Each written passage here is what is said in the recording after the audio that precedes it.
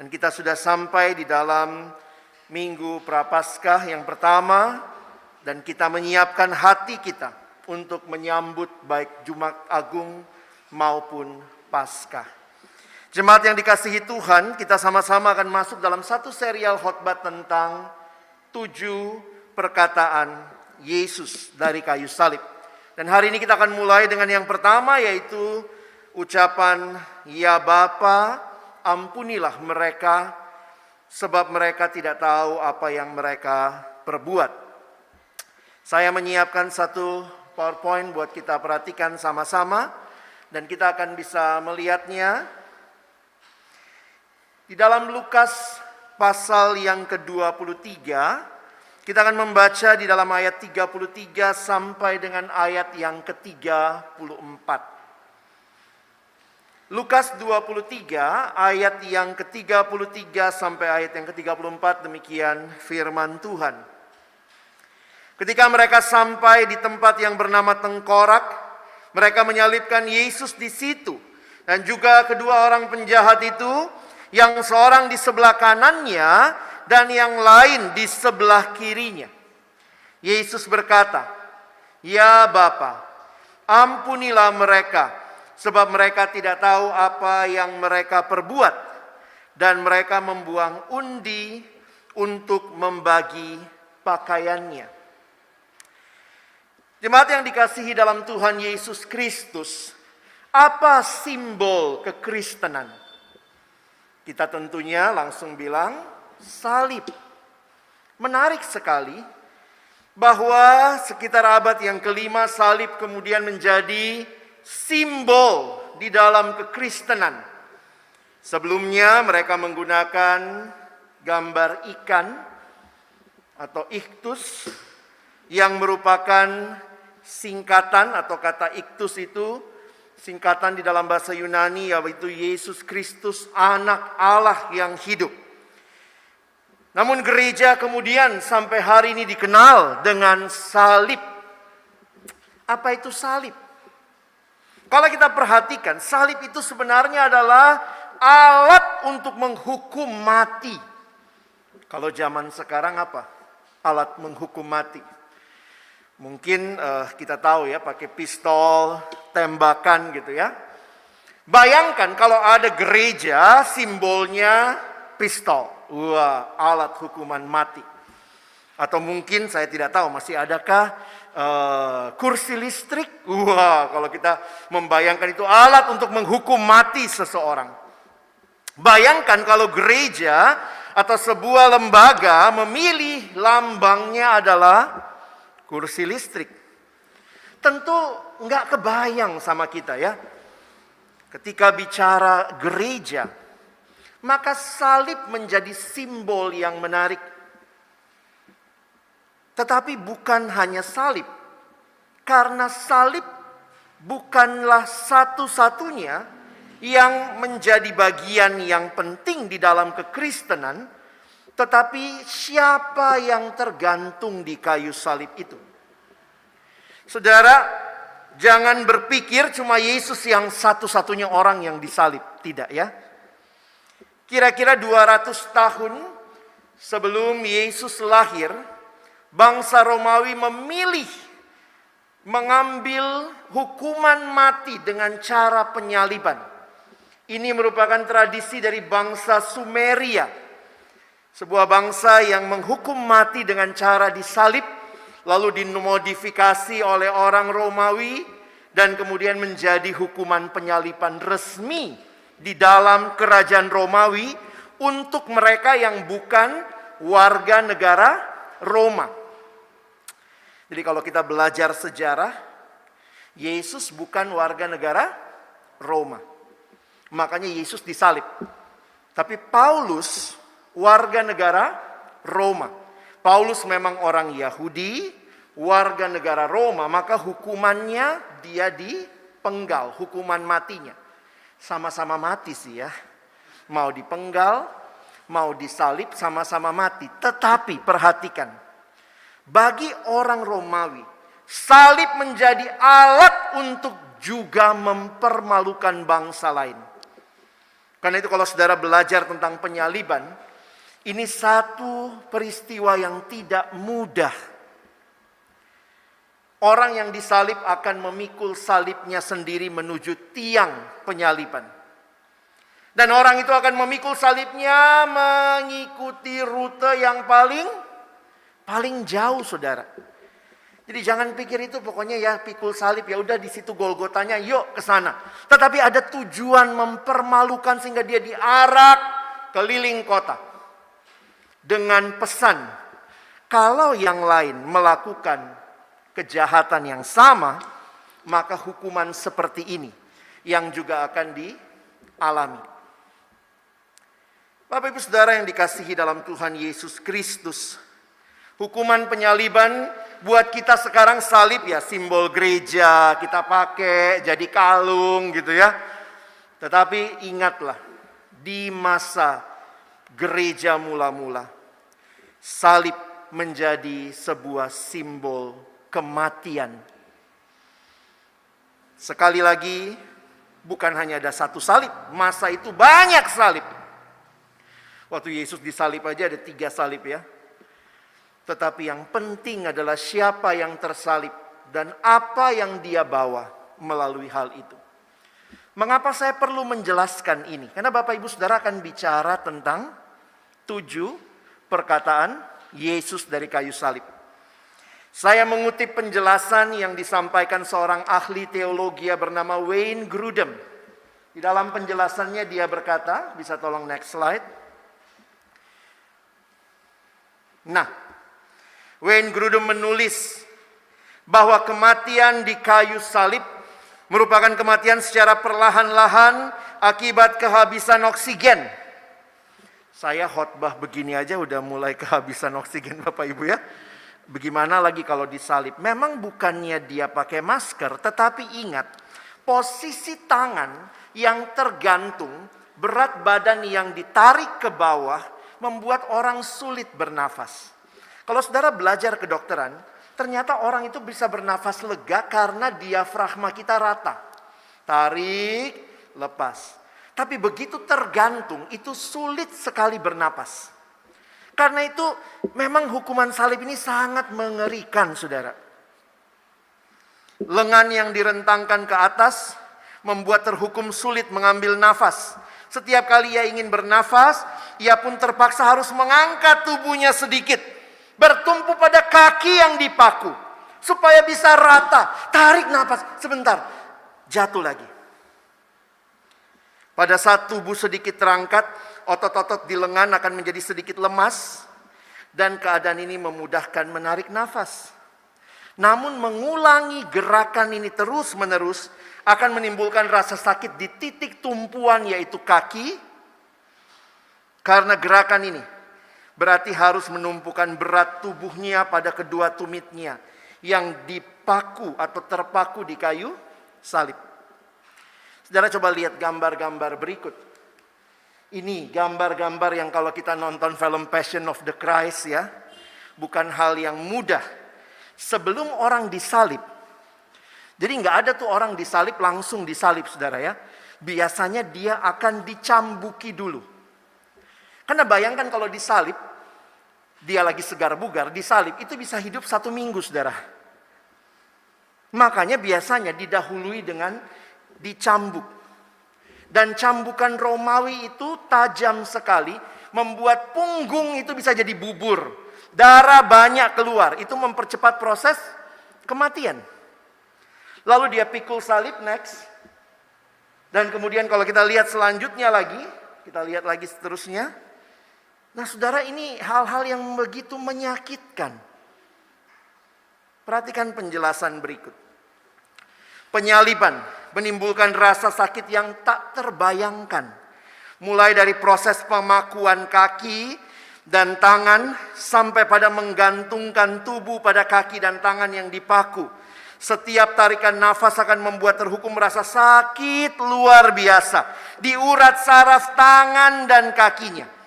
Selain itu, ia pun akan merasakan sakit karena setiap kali bernafas ia harus gesek punggung yang sudah kayak bubur itu di kayu yang kasar. Naik, turun lagi, jatuh lagi. Naik, tarik nafas, jatuh lagi. Saudara, salib bukan hal yang indah.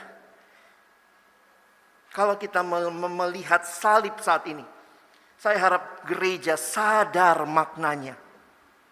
Bukan cuma hiasan. Selanjutnya, Bapak Grudem menjelaskan bahwa ada kalanya terhukum akan hidup berhari-hari, saudara, meskipun dalam kondisi sudah setengah mati. Dengan rasa tercekik akibat kurang oksigen. Itu biasanya kepala sangat sakit. Sehingga orang kalau kesulitan bernafas itu pasti pengaruhnya sakit kepala. Itulah sebabnya serdadu Romawi biasanya patahkan kaki. Itu mempercepat kematian. Karena bayangkan, dia kan selalu dorong tubuh ke atas, jatuh lagi. Maka patahin aja kakinya. Dia nggak bisa lagi dorong tubuhnya ke atas. Makin lama, makin cepat mati. Dalam kasus Tuhan Yesus, tidak ada satu tulangnya yang dipatahkan. Karena kematian Yesus tergolong cepat. Karena penyiksaan nampaknya sangat mengerikan yang dialami sebelumnya. Next. Dan kalau kita lihat ya, sampai ditusuk lambungnya. Menolong atau membuktikan bahwa memang dia sungguh-sungguh mati. Selanjutnya, penderitaan Yesus di kayu salib berlangsung selama kurang lebih 6 jam. Namun setiap menit dan setiap detik tubuhnya menderita sakit yang amat sangat. Kematian di kayu salib merupakan hukuman mati kekaisaran Romawi yang diperuntukkan bagi para budak dan kriminal kelas berat yang bukan warga negara Roma. Dengan kata lain, penyaliban merupakan hukuman mati yang terhina sebab hanya diterapkan bagi mereka yang dianggap paling hina. Saudara, next. Renungkan kalimat ini. Tuhan pencipta alam semesta dan isinya lahir secara terhina dan mati secara terhina pula. Semua ini dilakukannya oleh karena satu alasan saja, yaitu untuk menebus dosa saudara dan saya. Kenapa saya jelaskan panjang lebar? Karena kalau saudara mengerti salib, orang yang disalib itu saking kesakitannya, maka keluarnya itu adalah makian. Yang keluar adalah rasa sakit. Memaki-maki orang yang memaku mereka.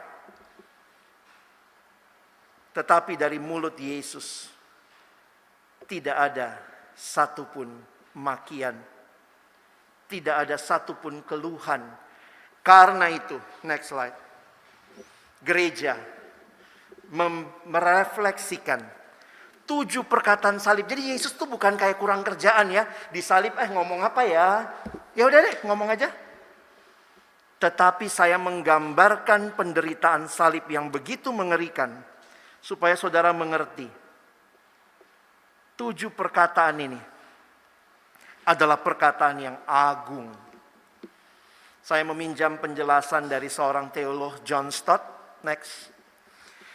Gereja menghargai yang disebut 7 ucapan Yesus di kayu salib sebagai penyingkapan pikiran-pikiran Yesus yang terpendam. Satu pun tidak ada yang diucapkan dengan kepahitan ataupun keluh kesah. Masing-masing yang akan saudara pelajari minggu-minggu ke depan mengungkapkan kasih-Nya yang besar kepada kita, atau tugasnya yang mengerikan dalam menanggung dosa, dan juga kemenangan akhirnya. Waktu dia berkata, sudah selesai. Saudara jangan bolos gereja ya, ikutin terus sampai selesai ya. Nanti cuma, wah pertamanya saja saya datang. Ya Bapak ampunilah ya. Nanti kita lihat lagi. Next. Yesus mengucapkan 7 ucapan pendek, namun penting di kayu salib. Yang secara keseluruhan menyibak tabir salib itu. Perhatikan. Tidak ada penulis Injil yang mencatat semuanya. Jadi dari mana kita dapat 7 itu Pak? Lihat. Inilah yang coba direkonstruksi dari keempat Injil. Tidak ada satu Injil yang menulis tujuh-tujuhnya. Matius dan Markus hanya catat satu, saudara. Yaitu seruan kesendiriannya. Eloi, Eloi, lama sabachthani. Sementara 6 yang lain, kan 7 ucapan ya. 6 yang lain, 3 dicatat oleh Lukas, 3 dicatat oleh Yohanes. Kita lihat sama-sama ya, next. Ini ucapan pertama, kedua, ketiga. Saudara nanti bisa lihat ayat-ayatnya.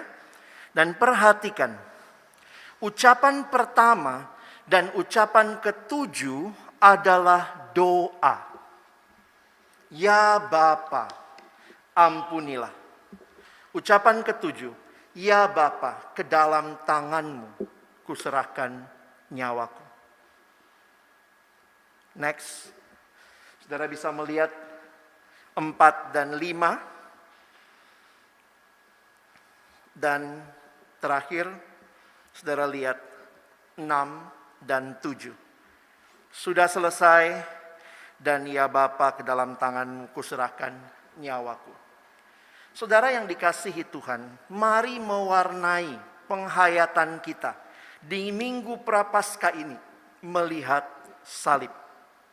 Next. Salib adalah lambang utama penyerahan dirinya. Tapi dari salib itu kita juga melihat kepedulian Yesus. Pertama-tama kepada orang-orang yang menyalibkan Dia. Juga ada kepedulian kepada ibunya yang melahirkan Dia. Dan bahkan kepada penjahat di sisinya. Kita lihat ucapan ini. Next. Ini, ya Bapa, ampunilah mereka. Siapakah mereka? Nah, ini kalau belajar Alkitab mesti cek ya. Ini merekanya siapa? Kalau Bapak Ibu Saudara lihat ayat yang kita baca di awal, maka perhatikan. Di dalam Lukas pasal yang ke-23, maka kalimatnya dituliskan begini. Yesus berkata, ya Bapa, ampunilah mereka, sebab mereka tidak tahu apa yang mereka perbuat. Dan mereka membuang undi untuk membagi pakaiannya. Saudara, apa maksudnya? Siapakah mereka? Dalam konteks yang paling dekat, John Stott berkata, Yesus berdoa untuk para algojo, para eksekutor yang menyalibkan Dia. Ini adalah orang-orang prajurit Romawi. Tetapi gambaran ini juga sebenarnya adalah gambaran semua kita yang juga ikut menyalibkan Yesus karena dosa-dosa kita. Saudara, dari salib itu seruannya adalah doa untuk memohon Allah mengaruniakan pengampunan. Saudara lihat di kiri kanan Yesus, next slide. 2 terpidana di sampingnya mengutuk dan menghujat, tapi Yesus tidak. Dan ini adalah aplikasi dari apa yang Dia ajarkan di dalam khotbah di bukit. Bukankah Yesus yang berkata, kasihilah musuhmu, berbuatlah baik kepada orang yang membenci kamu, berkatilah orang yang mengutuk kamu, berdoalah bagi orang yang berbuat jahat terhadap kamu. Di mana bukti ayat ini? Terbukti dari ucapan pertama di kayu salib. Saudara, sakit yang begitu rupa. Bukannya Yesus itu kebal sakit, saudara ya, jangan lupa. Dia manusia sejati. Tetapi Dia menanggung semua itu. Dan dari salib itu, ucapannya adalah ucapan kasih yang bahkan mengampuni. Saudara, kalau kita kesakitan, biasanya kita maki-maki ya. Biasanya kita mukul-mukul gitu. Dari kecil juga kadang-kadang gitu ya. Anak kesandung gitu, ini meja nakal gitu ya. Kadang-kadang memang ya begitulah. Manusia rasanya tidak tepat. Saya nggak boleh menderita. Penderitaan biasanya membuat kita self-centered. Tapi di kayu salib, Yesus justru menunjukkan dalam penderitaan yang paling sulit, dia tetap memikirkan orang lain, bahkan musuhnya. Saudara, secara sederhana mari kita lihat beberapa hal yang saya mau kita renungkan. Next slide. Pengampunan menjadi inti dari iman Kristen. Dan juru selamat kita memberikan pengampunan bahkan menjelang kematiannya di kayu salib. Yesus mengasihi orang yang telah memakukannya di kayu salib dan memohon agar Bapa mengampuni mereka. Next. Tuhan Yesus tidak memendam kepahitan atau kemarahan, melainkan menunjukkan anugerah dan kasih-Nya kepada mereka yang telah menyakitinya. Saudara, kalimat ini mungkin terdengarnya mudah diucapkan, tetapi di dalam realitanya bagi kita yang mengaku mengikuti Yesus, apakah sikap yang sama juga muncul di hati kita? Apakah kita juga sudah belajar mengampuni? Saudara, ucapan pertama ini memberikan kepada kita satu realita dunia yang hidup di dalam relasi-relasi yang tidak semuanya sesuai dengan kehendak yang kita harapkan. Saudara, next. Mari belajar the power of forgiveness. Next. Mengampuni ini adalah salah satu kualitas orang Kristen yang paling penting. Waktu saya baca kalimat ini jadi mikir gitu ya. Kalau dibilang orang Kristen itu baik, oke. Orang Kristen itu ceria-ceria, puji Tuhan. Orang Kristen itu rajin bersyukur, puji Tuhan. Tapi mau tahu dia Kristen sungguh-sungguh atau tidak? Apakah dia juga sudah belajar mengampuni? Makanya ini kualitas yang paling membedakan. Kenapa? Karena dunia selalu bicara balas dendam. Pernah nonton film kungfu? Wih, apa yang bikin film kungfu panjang? Balas dendam kan? Dari awal, apa lu, ya langsung berantem udah. Bisa 20 seri, 30 seri. Terus kita nontonin lagi orang balas dendam ya. Padahal sekarang lihat Ukraina, Rusia perang kita maki-maki. Tapi kalau film silat kayaknya wah emang begitu tuh. Balas tuh. Wah gitu ya. Dunia selalu menuntut pembalasan. Kalau diinjek kakimu, kalau perlu. Injak kakinya, injek kaki papanya, mamanya, injak kepalanya kalau perlu. Itulah manusia di dalam dendam. Karena itu satu ayat yang saya mau kita pikirkan malam ini sebagai aplikasi ya. Next slide. Saudara, Kolose 3:13. Ampunilah. Saya kaget baru baca kata pertama ampunilah. Masalah ampun mengampuni ini bukan suggestion. Ini bukan saran. Ya mbok ya mengampuni. Tidak. Alkitab bicara ini perintah. Tidak taat dosa. Kira-kira begitu ya. Ternyata sedalam itu. Ampunilah. Next. Seorang akan yang lain. Ada masalah apa? Kita lihat selanjutnya. Next. Saudara, setiap saat manusia melakukan interaksi satu dengan lainnya. Dan hasil interaksi ini dapat positif dan dapat pula negatif. Hasil interaksi yang negatif ini bisa menimbulkan salah paham, sakit hati, marah, perkelahian, dan bahkan bisa berujung pada dendam. Dan dosen psikologi saya bilang gini saudara ya. Siapakah yang mungkin menyakiti kita? Yang mungkin menyakiti kita itu orang yang dekat sama kita. Benar ya? Ada saudara minggu lalu disakiti oleh Joe Biden. Jauh, dia kejauhan di Amerika. Presiden Amerika, apa hubungannya sama saya? Siapa yang menyakiti saudara minggu lalu? Mungkin pasangan kita, suami, istri, anak, teman kerja, teman pelayanan, teman gereja karena dekat. Joe Biden mau ngapain, saya nggak terlalu pusing. Joe Biden mau ngomong apa, saya nggak pusing. Tapi kalau dia ngomong, gile, sakitnya tuh di sini. Saudara, interaksi manusia, di dalamnya mungkin ada hal-hal ini. Next. Dan kadang kita nanya ya, gimana Pak mengampuni? Sakitnya tuh sakit banget. Jadi pertanyaannya apa? Maunya apa? Kita maunya balas dendam. Perhatikan ayatnya. Next.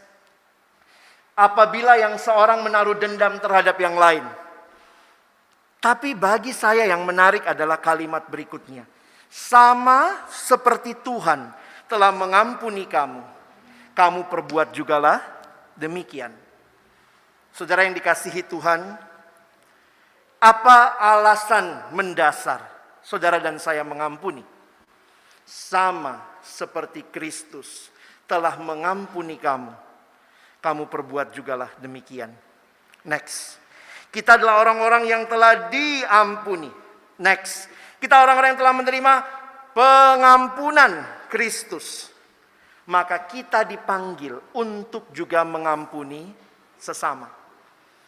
Mari malam ini tidak pulang hanya bilang, aduh ngeri banget salib ya. Aduh luar biasa Yesusku dari salib masih bisa berdoa seperti itu ya.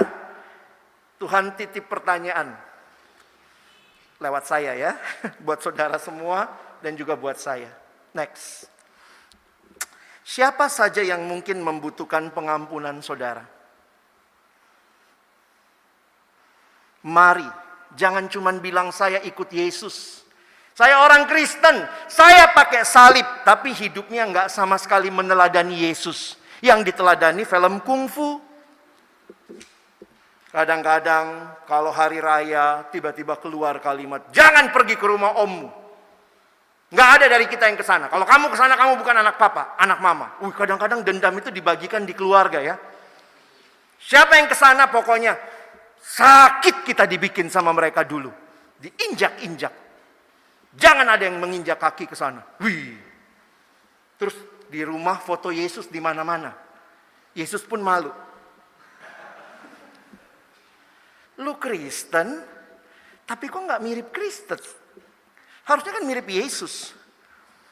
Mari meneladani Yesus dan meneruskan kasihnya kepada orang-orang yang bahkan telah menyakiti kita. Saudara, minta maaf tuh nggak gampang ya. Kadang-kadang memang situasi ini yang kita ditantang. Are you Christian? Oh, orang Kristen kayaknya mengalah melulu. Tidak. Kenapa orang Kristen? Kita bukan masalah mengalah, kita mengampuni karena kita terlebih dahulu diampuni. Tapi sakit banget, Pak. Sakitan mana sama Yesus?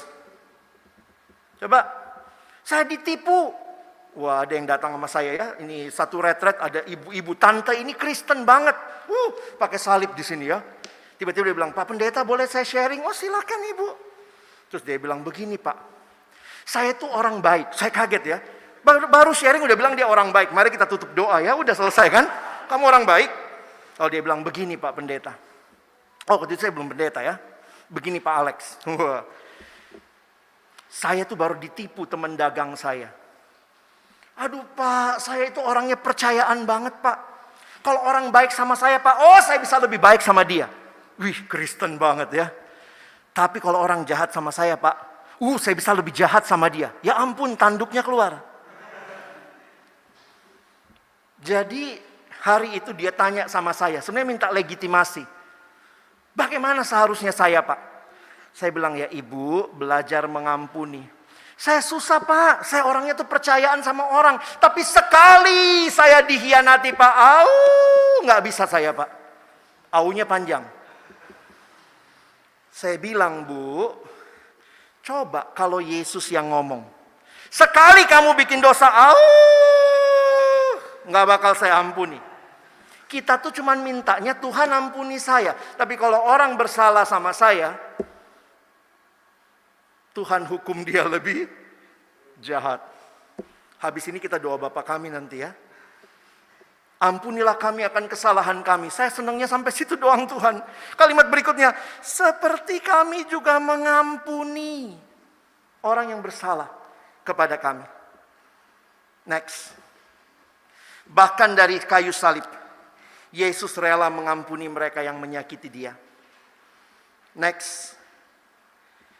Ketika kita memohon agar Allah memampukan kita mengampuni dengan kuasa rohnya, Dia akan menolong kita. Sekalipun mungkin butuh waktu. Saudara ingat ya. Mungkin perlu waktu lama. Tetapi marilah kita mulai. Ketika kita melakukannya, kita pun terlepas dari sikap tidak mau mengampuni. Terlepas dari dendam, akar pahit yang mungkin selama ini sudah membelenggu kita. Karena itu, next slide. Forgiveness can transform our relationship with God, with others, and even with ourselves. Orang yang masih simpan dendam biasanya nggak tenang hidupnya. Lihat musuhnya, enak banget hidupnya, kita yang nggak bisa tidur, mikir-mikirin dia. Dia mah tidur nyenyak. Bodoh banget ya. Tapi itulah orang yang menyimpan dendam, sebenarnya tidak sehat dengan dirinya sendiri. Tapi Pak, saya sulit sekali mengampuni. Pandanglah salib Yesus, mintalah kekuatan darinya. Saya mau tutup dengan mengajak kita memikirkan beberapa aplikasi. Lalu bagaimana supaya kita bisa mengampuni? Next slide.